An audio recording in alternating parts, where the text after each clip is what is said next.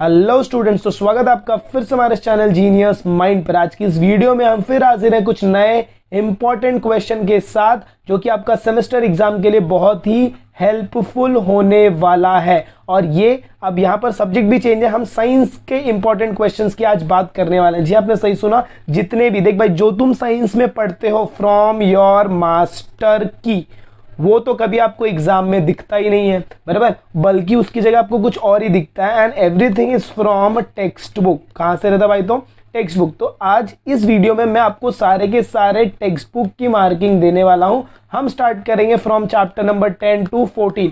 पहले हम chapter number 10, 11, 12, 13 and 14 ये 5 चैप्टर की मार्किंग करेंगे। फिर इसके बाद जो नेक्स्ट हमारी सेकेंड इसकी पार्ट 2 वीडियो आएगी, उसके अंदर हम 14 टू 19 वाले चैप्टर्स को मार्क आउट करेंगे। हम उसमें चेकआउट करेंगे एमसीक्यूज के क्वेश्चन, 1 मार्क्स के फिलअप्स को चेकआउट करेंगे, ऑब्जेक्टिव्स को चेकआउट करेंगे, और जितने भी बड़े आंसर्स है, वो बड़े आंसर्स मतलब जो गिव रीजन वाले आंसर है, वो आपको टेक्स्ट बुक के पीछे के जो आंसर्स है सिर्फ उतने ही करने हैं। तो चलिए स्टार्ट करते हैं वीडियो के साथ और देखते हैं क्या क्या इंपॉर्टेंट क्वेश्चंस आपको पूछे जा सकते हैं आपके सेमेस्टर एंड एग्जाम में। तो चलिए सबसे पहले स्टार्ट करते हैं chapter number 10, that is your cell and cell organelles. Basic questions को मार्क आउट करते जाएंगे। तो सबसे पहले आपको डायग्राम आना चाहिए, डायग्राम के साथ साथ आपको ये टेबल अच्छे से सॉल्व करने आना चाहिए। फिर अगर मैं सेल वॉल की बात करूं तो सेल वॉल में एनिमल्स लैक सेल वॉल, ये एक स्टेटमेंट हो जाएगा। फिर cell wall is an elastic and strong coat around cell membrane, ये है। फिर carbohydrates like cellulose and pectin, it is mainly composed of cellulose and pectin. फिर function of cell wall are support, and इसका function क्या है? Cell wall to support and protect the cell by preventing. तो ये सारे questions है। आपको इसमें क्वेश्चन कैसे पूछेंगे? Which cells lack cell wall, तो आपको लिखना है एनिमल सेल। फिर आपको बोलेंगे what is the function of cell wall, तो to support and to protect the cell by preventing entry of excess water. फिर आपको पूछेंगे what is the composition of cell wall, तो सेल्यूलोज एंड पेक्टिन। तो ऐसे क्वेश्चंस बनेंगे। तो मैं आपको पूरे क्वेश्चंस नहीं बता रहा हूं, सिर्फ पॉइंट मार्क करके दे रहा हूं, आपको सिर्फ उतना पढ़ना है। प्लाज्मा मेम्ब्रेन और सेल मेम्ब्रेन की बात करूं तो यहां पर आएगा fragile and elastic covering that separate. तो कैसा कवरिंग है? Fragile and elastic covering. Further move करेंगे तो यहां पर आपको कुछ नहीं करना है। Plasma membrane is said to be selectively permeable membrane. फिर उसके बाद हम फर्दर आगे चलेंगे तो हाँ, यहां से ये पूरा आपको करना है, क्योंकि ये आपका होम्योस्टैसिस का स्टेटमेंट हो सकता है। यहां पर अगर चेकआउट करें तो आपको एंडोसाइटोसिस, एक्सोसाइटोसिस आना चाहिए, जिसमें ये क्या है? Activities that consume cellular energy. तो जब भी पूछेंगे activities that consume cellular energy, तो आपको एंडोसाइटोसिस, एक्सोसाइटोसिस लिखना है। फिर आपको पूछेंगे processes those that don't consume cellular energy, तो वो होगा डिफ्यूजन एंड ऑस्मोसिस। और इसके साथ आपको ये डायग्राम भी याद रखना पड़ेगा। फर्दर जब आगे मूव करेंगे तो आपको ये 3 सोल्यूशन याद होने चाहिए, आइसोटोनिक, हाइपोटोनिक और हाइपरटोनिक सोल्यूशन। फिर फर्दर जब हम मूव ऑन करेंगे तो यहाँ पर बोला है प्लांट सेल और animal cell is kept in hypotonic solution, water comes out of the cell by the process of exosmosis and there is contraction of cytoplasm. तो this is called as plasmolysis. तो आपको exam में पूछेंगे what is contraction of cytoplasm is called, तो plasmolysis, या फिर आपको पूछेंगे डिफाइन प्लाज्मोलाइसिस। तो यहाँ से स्टेटमेंट आपको लिखना है। फर्दर बात करें तो cytoplasm is the fluid between plasma membrane and nucleus. फिर cytoplasm is the medium for cellular chemical reaction. फिर cytosol stores vital substance like amino acid, glucose, vitamin etcetera. बस इतना ही करना है यहाँ से। सेल ऑर्गेनल की अगर मैं बात करूं, the organelle is a specialised sub unit having specific with in cell, they are the organs of the cell. तो सेल ऑर्गेनल को क्या बोला? Organs of the cell. Each organelle has its own lipoprotein membrane, इनके पास कौन सा membrane रहता है? Lipoprotein. Except nucleus and chloroplast all other organelle. हाँ, तो आपको एग्जाम में पूछेंगे which organelles can not be seen through microscope. तो इसमें आपका आंसर क्या रहेगा? Except nucleus and chloroplast all other organelles can be seen only with electron microscope. मतलब आप सिर्फ और सिर्फ न्यूक्लियस और क्लोरोप्लास्ट को माइक्रोस्कोप से देख सकते हो, उसके अलावा अगर आपको किसी भी पार्ट को चेकआउट करना है तो आपको क्या लगेगा भाई? तो इलेक्ट्रॉन माइक्रोस्कोप। तो ये आंसर आपको एग्जाम में पूछ सकते हैं। चलिए तो फर्दर मूव करेंगे। ये डायग्राम देखो, तो इसमें आपको चुपचाप फंक्शन याद रखना है। फिर यहाँ पर chromatin fibre are thin and thread like structure which condenses to form short thick chromosomes at the time of cell division, ये याद रखना है। बस इतना ही है, इसमें ज्यादा कुछ नहीं। फिर हम आगे मूव करेंगे तो यहाँ पर आपको क्या बोला? Endoplasmic reticulum. जब मैं एंडोप्लाज्मिक रेटिकुलम की बात करता हूँ तो यहाँ पर आपको याद रखना है, हमेशा सबसे पहले फंक्शन आप पढ़ लीजिए। फिर rough endoplasmic reticulum has ribosome granules on its outer surface, ये आपको याद रखना है। फिर ER is connected to nucleus, ये इतना नहीं करना है आपको। फिर फर्दर जब आगे मूव करेंगे तो गोल्गी। फिर ये गोल्गी कॉम्प्लेक्स अगर मैं बात करूँ तो this sacs are called as cisternae and are filled with different enzymes. फिर they fuse with the formation face of Golgi, ये नहीं करना है, ये भी नहीं करना है। अच्छा, फिर यहाँ पर देखो, यहाँ पर हाँ, they are again packed and recycle, the recycle exit from maturation phase, the cisternae work like a packing department that packs and distribute substances, ये आपको याद रखना है। और इसके बाद आपको ये फंक्शंस पढ़ने हैं, ये सारे के सारे फंक्शंस आपके लिए क्या है भाई, तो इंपॉर्टेंट, एग्जाम में आपको बोलेंगे right the function of Golgi body या फिर गोल्गी कॉम्प्लेक्स, तो वो आपको लिखना पड़ेगा। नेक्स्ट बात करते हैं लाइसोसोम। लाइसोसोम की बात इधर है, simple single membrane bound sac filled with digestive enzyme, तो आपको एग्जाम में पूछा जाएगा lysosomes are filled with dash enzyme, तो डाइजेस्टिव एंजाइम। फिर इसका फंक्शन क्या है, तो इसमें सबसे मेन फंक्शन है इसका सुसाइड बॉक्स, ये सुसाइड बॉक्स है।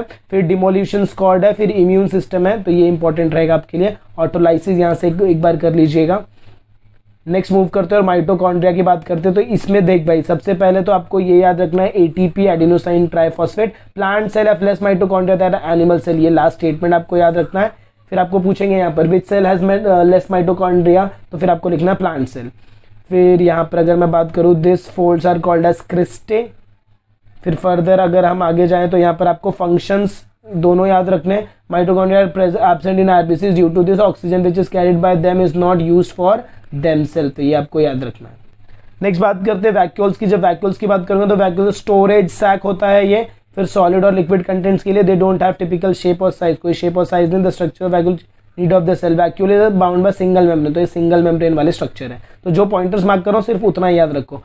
Function to maintain the osmotic pressure, maintain क्या करता है osmotic pressure. Store metabolic by products and end products, metabolic by product और एंड प्रोडक्ट स्टोर करता है, that is glycogen, proteins and water. तो exam में आपको पूछेंगे glycogen is stored by dash, तो आपको आंसर क्या लिखना है भाई, it is stored by vacuoles. Next, in animal cell they store waste product and food, while in amoeba it store food before digestion. तो अमीबा में वो क्या काम करता है और एनिमल में क्या काम करता है, दोनों दिया, वो दोनों आपको करना है। In plant cell vacuoles are full of cell sap and provide turgidity and rigidity to them, तो आपको पूछेंगे what is the function of vacuoles in plant, तो इट प्रोवाइड्स रिजिडिटी और टर्जिडिटी टू द प्लांट्स।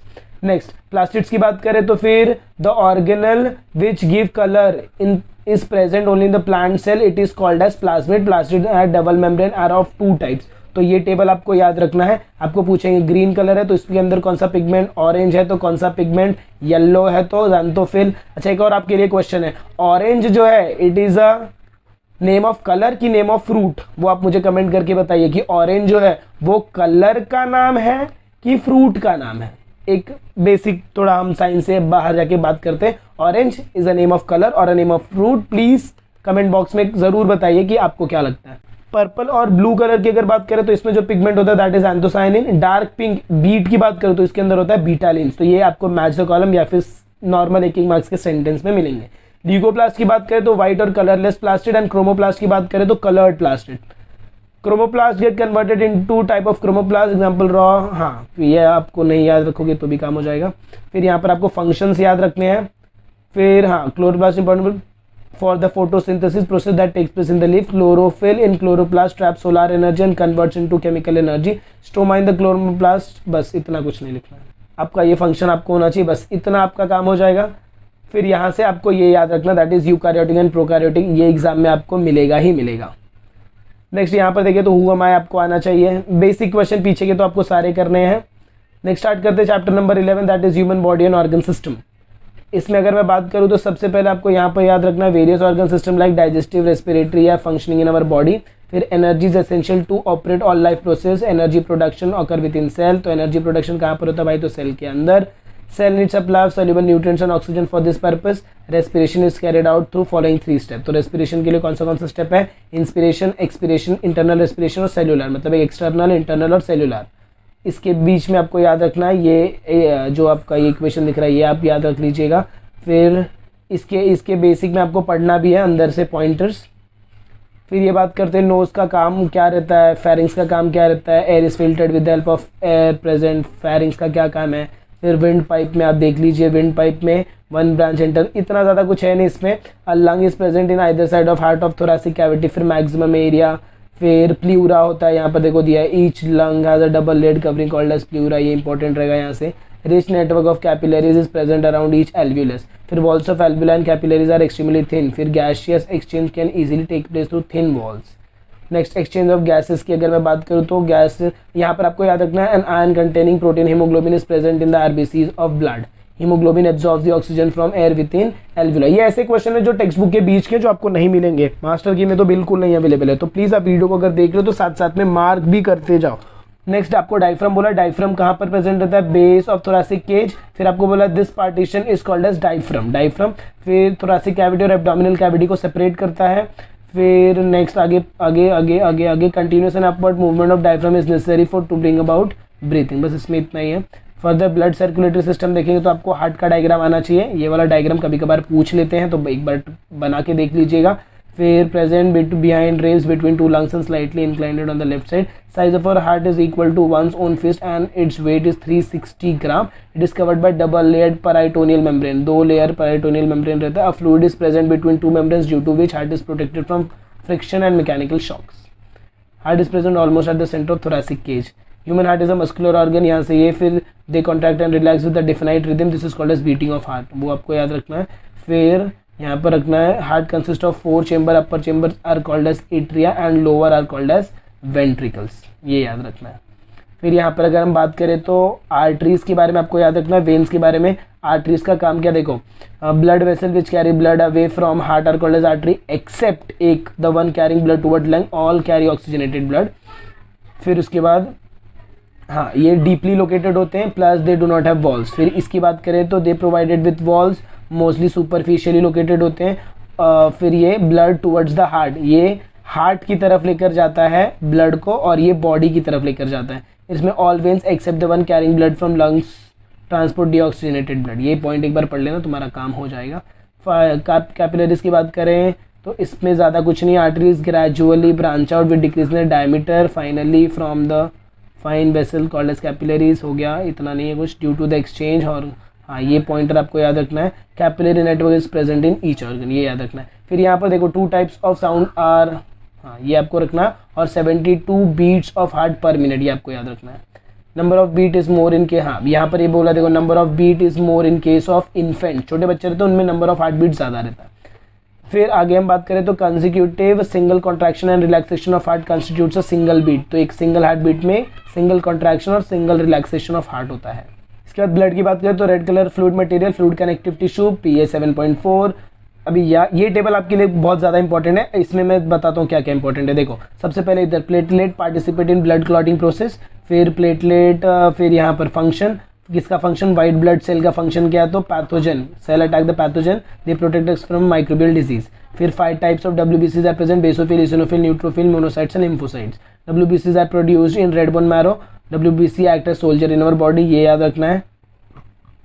फिर this cell appears red due to haemoglobin की वजह से red appear होते हैं।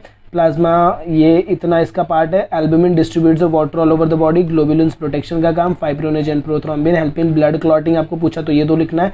Inorganic and function of muscles and nerves, बस इतना इसमें इंपॉर्टेंट पॉइंट रहेगा। नेक्स्ट देखते हैं यहाँ पर, ये आपके लिए पूरा का पूरा इंपॉर्टेंट है, इसको बोलते हैं फंक्शन ऑफ ब्लड। पूछा तो transport of gas, transport of nutrient, transport of waste material, protection, transport of enzymes and hormones, thermoregulation. Thermoregulation अगर आप देखोगे तो body temperature maintain constant 37 degree Celsius by vasodilation and vasoconstrictions. फिर nitrogenous waste like ammonia, urea, kidney, ये सब blood में transfer होता है। नेक्स्ट ब्लड ग्रुप की अगर बात करूँ तो यहाँ पर तुमको याद रखना, beside there are 2 types, RH negative and RH positive of all 4 group. 10 total कितने ब्लड ग्रुप होते हैं, तो 8 ब्लड ग्रुप होते हैं। ब्लड डोनेशन इज नेसेसरी, इस पे ना आपको बड़ा आंसर है, गिव रीजन का आंसर है, तो वहाँ से वो आंसर करेंगे तो आपका काम हो जाएगा। ब्लड डोनर कौन होता है, ब्लड रेसिपिएंट कौन होता है, वो आपको लिखना है। फिर ब्लड बैंक का काम क्या है, वो आपको लिखना है। तो यहाँ पर अगर आप देखेंगे तो यहाँ पर आपको दो नाम मेंशन किया है, O is called as the universal donor, ये मार्क करना है, the person with blood group AB is called as universal recipient. Next अगर हम आगे देखें तो यहाँ पर ब्लड प्रेशर, तो इसको मेजर कौन करता है भाई, तो स्पिग्मोमैनोमीटर। सिस्टोलिक प्रेशर और डायस्टोलिक प्रेशर, तो सिस्टोलिक प्रेशर इतना होना चाहिए, डायस्टोलिक इतना होना चाहिए। HG का मतलब होता है मर्क्यूरी, क्या होता है, मर्क्यूरी। नेक्स्ट हाइपरटेंशन की बात करें तो high blood pressure then normal is refer to as hypertension. फिर heart needs to perform both systolic and diastolic pressures are high in hypertension, तो हाइपरटेंशन में दोनों बढ़ जाता है। फिर ये वाला आपको देखना है, blood production occurs continuously in our body, 350 ml blood is collected from person during donation and, हाँ डोनेशन के लिए सिर्फ 350 का ही ब्लड, 350 ml ब्लड ही बोलते हैं ना डोनेट कर सकते हो आप। Pregnant and breast feeding women can not donate blood, तो आपको एग्जाम में पूछेंगे which type of person can not donate blood, there is no trouble during और after the blood donation. 1 October is voluntary blood donation, 1 अक्टूबर है। फिर आगे जब आप बढ़ोगे तो यहाँ पर आपको देखना है डिस्कवर्ड बाय कार्ल लैंडस्टीनर। फिर यहाँ पर हिमेटोलॉजी क्या होता है, branch of medical science is called as haematology, study of blood. फिर आपको ये सारे क्वेश्चंस तो करने ही है, बैक क्वेश्चंस। नेक्स्ट मूव करते हैं chapter number 12 that is introduction to acid and base. बहुत ही सिंपल सा चैप्टर है। यहाँ पर सबसे पहले आपको याद रखना acids are soluble in water and they are corrosive in nature. फिर acids are present in foodstuff are called as natural और organic acid, this weak in nature are also called as weak acid. Some acids are strong in nature, they are कॉजेटिव और inflammatory, sulphuric acid, hydrochloric acid and nitric, this acids are also called as mineral acid. ये हो गया सारा का सारा acid का बाद। अब इसके बाद अगर हम बात करते हैं तो यहाँ पर आपको देखो बोला है strong concentrated acids are converted into the dilute acid by slowly adding them into water. फिर आपको नेक्स्ट आपको यहाँ पर बोला है substance having astringent, bitter taste and slippery to touch, example lime water, caustic soda, baking soda and soap are called as bases. Bases are completely different from acid. Chemically they have properties opposite to that of acid. Water is neither acidic nor basic, ये आपको याद रखना है। फिर ये जो है ना इसको बोलते हैं लैबोरेटरी इंडिकेटर्स, तो इंडिकेटर्स के ये नाम आपको याद रखने हैं। यहाँ पर अगर मैं आपको बताऊँ तो इंडिकेटर में देखो टचिंग और tasting of acid is very, the substance ये आपको याद रखना है which change their colour in presence of acid और base are called as indicator. तो यहाँ से आपको फिनोप्थैलिन के बारे में याद रखना है, मिथाइल रेड, इसका अलग से टेबल इधर दिया है। Universal indicator are liquid in state which change their colour in the presence of acid and base. Further ये देखो ये टेबल आपको एग्जाम में जरूर से जरूर पढ़ के जाना है भाई। इसके बाद डोमेस्टिक इंडिकेटर की बात करूँ तो इसके अंदर कौन कौन है, तो नेचुरल इंडिकेटर, डोमेस्टिक इंडिकेटर को नेचुरल इंडिकेटर भी बोलते हैं। इसमें आता है टर्मेरिक, टर्मेरिक के बाद रेड कैबेज से बनाया जाता है, रेडिश से बनाया जाता है, tomato, hibiscus and rose. Further exam में आपको ऐसा टेबल आ सकता है जिसके अंदर आपको बोलेंगे लाइम जूस है तो वो रेड लिटमस में क्या इफेक्ट दिखाएगा, ब्लू लिटमस में क्या, फिनोप्थैलिन में क्या, मिथाइल ऑरेंज में क्या। तो इसके लिए आपको ये टेबल अच्छे से पता होना चाहिए।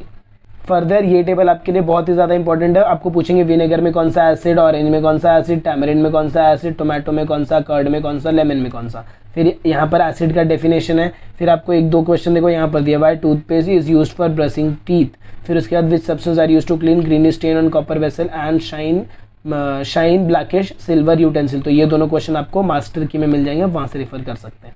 फिर एग्जाम्पल्स ऑफ सम एसिड, तो हाइड्रोक्लोरिक एसिड उसका नाम आपको नाम देंगे, हाइड्रोक्लोरिक एसिड बोलेंगे स्ट्रक्चर लिखो, ये मतलब ये HCl लिखो। नाइट्रिक एसिड है तो HNO3, सल्फ्यूरिक एसिड है तो H2SO4, कार्बोनिक एसिड है तो H2CO3।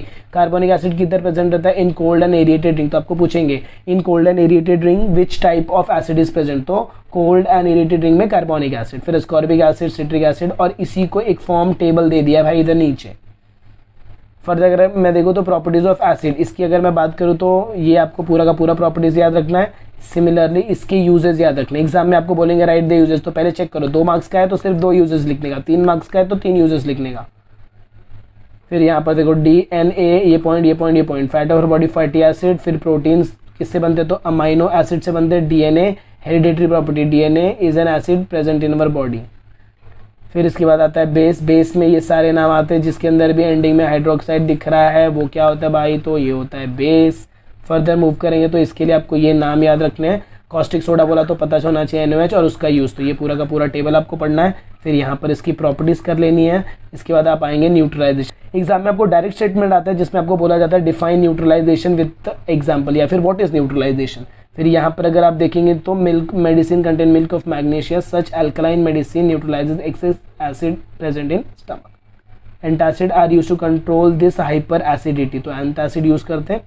बस इसके अबे पीछे के सारे क्वेश्चन करने, देखो इधर क्वेश्चन दिया right the chemical name, H2SO4 तो सल्फ्यूरिक एसिड, COH ट्वाइस तो कैल्शियम हाइड्रोक्साइड, HCl मतलब हाइड्रोक्लोरिक एसिड, NaOH मतलब सोडियम हाइड्रोक्साइड, KOH मतलब पोटेशियम हाइड्रोक्साइड, NH4OH मतलब अमोनियम हाइड्रोक्साइड। फिर यहाँ पर आपको बोलना है एसिड, बेसिक और न्यूट्रल ग्रुप। नेक्स्ट मूव करते हैं, that is our chapter number 13। Chapter number 13 that is chemical change की अगर मैं बात करूँ तो यहाँ पर सबसे पहले तो तुमको ये टेबल पढ़ लेना है कौन से चेंज होते हैं, क्लासिफाई फिजिकल और केमिकल चेंज। तो डायरेक्ट आपको नाम देंगे, बोलेंगे whether show whether it is chemical change और फिजिकल चेंज। फिर यहाँ पर आपको याद रखना है, बस इस पेज पे तो कुछ नहीं है, हाँ यहाँ पर आपको ये वर्ड इक्वेशन याद रखना, न्यूट्रलाइजेशन का वर्ड इक्वेशन है। फिर फर्स्ट स्टेप ये आपको टेबल पढ़ना है। फिर यहाँ से अगर आप आते हैं तो हमेशा याद रखो रेस्पिरेशन, ये चैप्टर में वर्ड इक्वेशन आपको याद रखना है, ये वर्ड इक्वेशन याद रखने हैं। फिर यहाँ से ये वर्ड इक्वेशन, फोटोसिंथेसिस का वर्ड इक्वेशन क्या है वो याद रखना है। फिर कंबशन ऑफ फ्यूल, जब फ्यूल बर्न होते हैं तो कार्बन उसके साथ बर्न होता है, और फिर ये वर्ड इक्वेशन याद रखना है, कार्बन जब ऑक्सीजन के साथ रिएक्ट करेगा तो कार्बन डाइऑक्साइड बनाएगा। तो combustion of fuel is a fast and irreversible chemical change. Further move करेंगे तो यहाँ पर वर्ड इक्वेशन देखो आपको लिखने को बोला है, इसके अंदर एक शाहबाद टाइल वाला, हाँ इधर सॉफ्टनिंग ऑफ हार्ड वाटर है, सेम शाहबाद टाइल वाला एक क्वेश्चन आपको यहाँ से मिलता है, वो क्वेश्चन भी आपको करना है। फिर आप इधर आ जाएंगे डायरेक्ट आयोनिक बॉन्ड, जब आप आयोनिक बॉन्ड पे एंट्री मारते हैं तो यहाँ पर आपका ये ब्लैक स्टेटमेंट, ये पूरा का पूरा इतना पार्ट इंपॉर्टेंट रहता है। इसके साथ आपको ये formation of ionic bond of NaCl बोलेंगे, या फिर बोलेंगे formation of ionic bond of MgCl2। फिर यहाँ पर आपको देखो दिया है डायग्रामेटिक रिप्रेजेंटेशन के लिए ये वाला क्वेश्चन बोलेंगे या तो ये वाला क्वेश्चन बोलेंगे। डायग्रामेटिक रिप्रेजेंटेशन बोला मतलब ये डायग्राम को आपको इसके जैसा रिप्रेजेंट आउट करना है। इलेक्ट्रॉन ड्यूप्लेट, ड्यूप्लेट का मतलब क्या, लास्ट शेल में 2 इलेक्ट्रॉन आना चाहिए। फिर अगर ऑक्टेट बोलेगा तो ऑक्टेट का मतलब होता है लास्ट शेल में 8 electron. A covalent bond between 2 atom is also represented by dash joining the symbols. But ऐसे क्वेश्चन आपको नहीं पूछते, बट फिर भी एक बार मार्क करवाते रहो, आपके दिमाग पे रहना चाहिए। The duplets of the 2 hydrogen atom are also completed. इतना बस बस बस बस ये चैप्टर बहुत सिंपल है, और इसके पीछे के क्वेश्चंस कर लीजिए, इसमें उतने क्वेश्चंस नहीं पूछे जाते। तो चलिए मूव ऑन करते हैं next chapter, that is our chapter number 14। I hope आपको 13 चैप्टर तक सारा का सारा क्वेश्चन समझ में आ गया। तो चलिए इसमें सबसे पहले आपको यहाँ पर क्या बोला, देखिए ये यहाँ पर temperature of an object is tell how, but यहाँ पर हाँ ये स्टेटमेंट आपके लिए इंपॉर्टेंट रहेगा। फिर इसके बाद जब आप फर्दर नीचे आते हो तो यहाँ पर बोला देखो the unit of heat and SI system is joule, that is CGS unit is calorie, 1 calorie is equal to 4, ये आपके लिए इंपॉर्टेंट है। 1 calorie is equivalent to 4.18 joule. 1 calorie heat is required to increase the temperature of 1 gram of water through 1 degree Celsius. ये salt example अगर आप नहीं करेंगे तो भी चलेगा, क्योंकि एग्जाम में इससे नहीं पूछा जाता। सोर्सेज ऑफ हीट में बात करें तो सबसे पहले आपको डायरेक्ट बोलेंगे भाई सोर्स ऑफ हीट तो सन, इसके अंदर किसका फ्यूजन होता है, न्यूक्लियस फ्यूज टुगेदर, तो हीलियम न्यूक्लियाई फ्यूज होते हैं और generating heat in the process. Earth है, earth this heat is called as geothermal energy, तो याद रखना जियोथर्मल एनर्जी। नेक्स्ट क्या है, केमिकल एनर्जी, तो इसके अंदर heat is generated in this reaction, तो रिएक्शन यहाँ पर होता है और उसके अंदर हीट जनरेट होता है। Electrical energy, electricity is a source of heat energy. Next atomic energy, तो इसके अंदर uranium and thorium undergo fission, this is used in atomic energy projects. Air, a large amount of heat is present in the air around us. Temperature, we can find how hot or तो however our sense of hot and cold is relative. This can be understood from the following experiment. Next अगर मैं बात करूँ तो you have read about thermometer. Thermometer is a device for measuring temperature. फिर यहाँ पर अगर आप बात करें तो total kinetic energy of the atom in a substance is measured of the heat contained in that substance while the temperature of the substance is related to the average kinetic energy of the atom. तो heat क्या है और आपका temperature क्या है, दोनों अलग है। हीट क्या होता है, हीट होता है टोटल काइनेटिक एनर्जी, और टेम्परेचर क्या होता है, एवरेज ऑफ काइनेटिक एनर्जी। तो एग्जाम में ये क्वेश्चन आपको पूछ के कंफ्यूज कर सकते हैं। नेक्स्ट आगे बढ़े तो इसमें आपको उतना कुछ तो नहीं है, बट फिर भी अगर आप देखना चाहें तो हीट ऑफ कंटेंट ए, नहीं इसमें कुछ नहीं करो भाई, बस आगे चलते हैं। ये हीट वाला चैप्टर थोड़ा ईजी चैप्टर, इसमें ज़्यादा कुछ है नहीं। Temperatures is measured in unit, हाँ ये आपको याद रखना है। फिर ये फॉर्मूला याद रखना है। फिर इसके बाद आपको ये टेबल से वैल्यूज एक बार देख लीजिएगा। फिर ये क्वेश्चन आपको करना है, क्वेश्चन नंबर 1।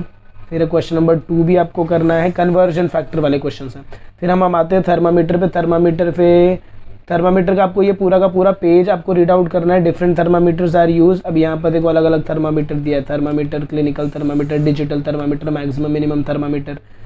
फिर यहाँ पर क्या बोला देखो, because of the increase using the properties of expansion of, कौन सी प्रॉपर्टी यूज करते हैं, expansion of alcohol, the temperature can be obtain from the level, the tube of the thermometer is marked accordingly.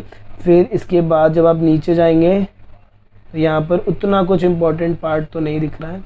तो thermometer use in laboratory similar to that special type of thermometer used to measure the minimum and maximum temperature in a day. It is also called as the maximum and minimum thermometer. तो exam में आपको बोलेंगे right the types of thermometer और उनके बारे में 2-2, 3-3 point लिखो, बस इतना ही करना है।